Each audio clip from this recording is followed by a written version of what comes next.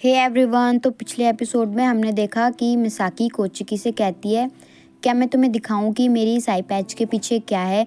इसके बाद वो अपनी पट्टी हटाती है और कोचिकी कहता है एक आर्टिफिशियल आई। फिर मिसाकी बताती है मेरी लेफ्ट आई एक डॉल से ली गई है। मैं नहीं चाहती कि लोग इसे देख के डर जाएं, इसलिए मैं इसे ढक के रखती हूँ। क्या तुम्हें ये ठीक नहीं लग रहा? ऐसी जगह की तुम्हें आदत नहीं है शायद। क्या तुमने देखा ये डॉल्स खाली है, इनकी आत्माएं और शरीर दोनों खाली है, जैसे कोई मरा हुआ इंसान पड़ा हो। तुम यहाँ कंफर्टेबल नहीं हो, ऊपर चलते हैं, ऊपर और भी चीज़ें हैं। कोचिकी पूछता है क्या तुम यहाँ आसपास रहती हो? मिसाकी कहती है हाँ।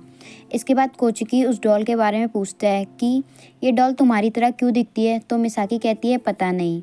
इसके बाद कोचिकी कहता है तुम उस दिन हॉस्पिटल में गई थी, तुम्हारे हाथ में एक डॉल थी, मैंने सुना उस दिन हॉस्पिटल में एक लड़की मर गई थी, क्या वो डॉल उसके लिए थी?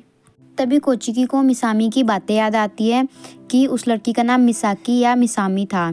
तो कोचिकी पूछता है कि तुम्हारी कोई सिस्टर है, क्योंकि मिसामी ने कहा था कि वो अपने पेरेंट्स की सिंगल चाइल्ड है। तो मिसाकी नाम में सर हिलाती है। ये सुन के कोचिकी थोड़ा डर जाता है और कहता है तुम कौन हो? तो मिसाकी कहती है मतलब, पर कोचिकी कोई जवाब नहीं देता। मिसाकी कहती है क्या तुम मुझसे कोई और सवाल पूछना चाहते हो? कोचिकी घबरा के कहता है कुछ है, पर तभी मिसाकी खड़ी होकर कहती है मैंने तुम्हें पहले ही कहा था मेरे करीब मत आओ, पर अब बहुत देर हो चुकी है। कोचिकी कहता है किस चीज़ के लिए? तो मिसाकी बोलती है इस शहर की एक कहानी है 26 साल पहले की, जो कि क्लास 9 रूम 3 की है। किसी ने भी अभी तक तुम्हें ये बताया नहीं? कोचिकी ना में सर हिलाता है। फिर मिसाकी बताती है 26 साल पहले एक लड़की थी जो पढ़ाई और स्पोर्ट्स में बहुत अच्छी थी। टीचर और स्टूडेंट्स सब उसे बहुत पसंद करते थे। वो बहुत ही ज़्यादा काइंड थी, पर 9th में आते ही वो मर गई। मैंने सुना है उसकी फैमिली भी प्लेन क्रैश में मारी गई। कुछ लोग कहते हैं उनके घर आग लग गई।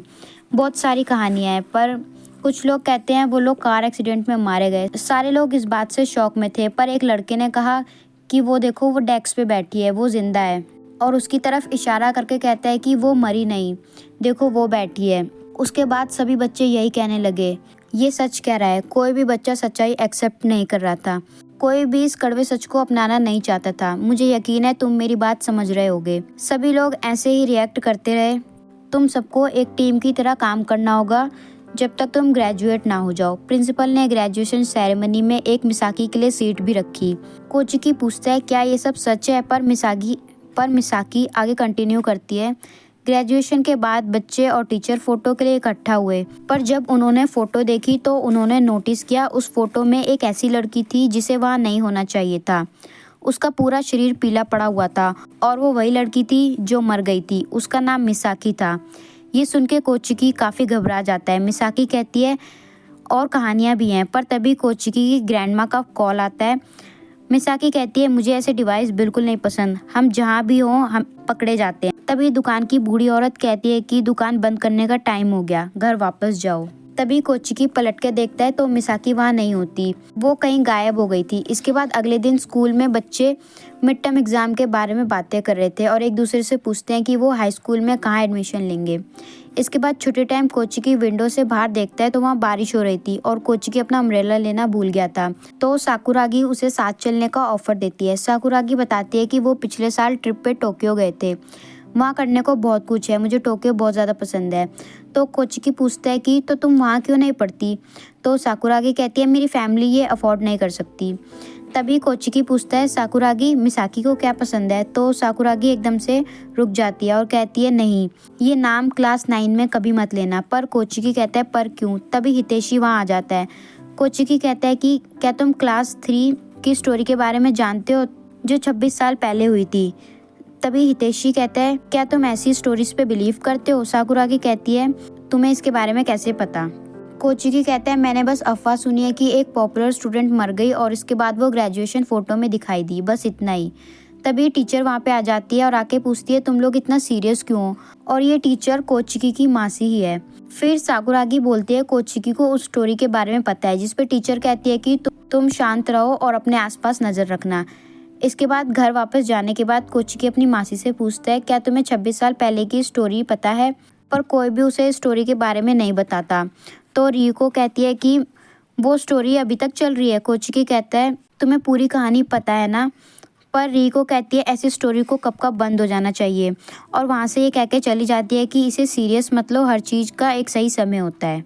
इसके बाद अगले दिन कोचिकी देखता है स्कूल में मिसाकी छत पे खड़ी थी, तो कोचिकी भाग के वहाँ जाता है।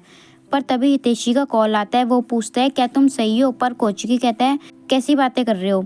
तो हितेशी कहता है जो चीज़ें है ही नहीं उनके पीछे मत भागो, ये बहुत खतरनाक है। तुम जिस स्टोरी के बारे में पूछ रहे थे मैं उसे तुम्हें नेक्स्ट मंथ बता दूंगा ज़रूर। इसके बाद रात में कोचिकी को मिसामी का कॉल आता है। वो मैं तुम्हें उस लड़की के बारे में बताने जा रही हूँ जो मर गई थी हॉस्पिटल में। उस लड़की का नाम मिसाकी था, मिसामी नहीं, और उसका सरनेम फूजियोका था। इसके बाद मिसामी अपने छोटे भाइयों की बातें करने लगती है जो कोचिकी की क्लास में थे। इसके बाद अगले दिन कोचिकी फटाफट अपना पेपर दे के बाहर आ जाता है और देखता है कि मिसाकी वहीं खड़ी थी। वो उससे पूछता है तुम्हारा पेपर सबसे पहले हो गया, कल भी तुम बहुत जल्दी निकल गई थी, क्या तुम्हारी तबीयत ठीक है। इसके बाद कोचिकी उस लड़की की बात करता है, कहता है कि उस लड़की का नाम फूजियोका मिसाकी था जो लड़की मर गई थी। तभी मिसाकी कहती है मिसाकी मेरी कज़न सिस्टर थी, हम हमेशा साथ रहते थे जैसे हम जुड़वा हो। फिर कोचिकी मिसाकी से 26 साल पहले की पूरी स्टोरी बताने को कहता है। कोचिकी कहता है मैं कुछ पूछना चाहता हूँ, जब से मैं यहाँ ट्रांसफ़र हुआ हूँ तब से मैं देख रहा हूँ यहाँ के सारे स्टूडेंट्स और टीचर ऐसे बिहेव करते हैं जैसे तुम यहाँ पर हो ही नहीं। मिसाकी कहती है क्योंकि ये सच है, मैं यहाँ हूँ ही नहीं। ये सुन के कोचिकी काफ़ी डर जाता है और उसे हितेशी की बातें याद आती हैं। फिर मिसाकी आगे कहती है कोई मुझे देख नहीं सकता, सिर्फ तुम मुझे देख सकते हो, इसका अंजाम क्या होगा। तभी कोचिकी को वो सारी जगहें याद आती है जहाँ जहाँ पे उसने मिसाकी को देखा था। तभी क्लास में से साकुराकी निकल के जाने लग जाती है। तभी उसके सामने कोचिकी और मिसाकी खड़े थे और वो तुरंत अपना रास्ता बदल के पीछे वाले सीढ़ियों से भागने लगती है।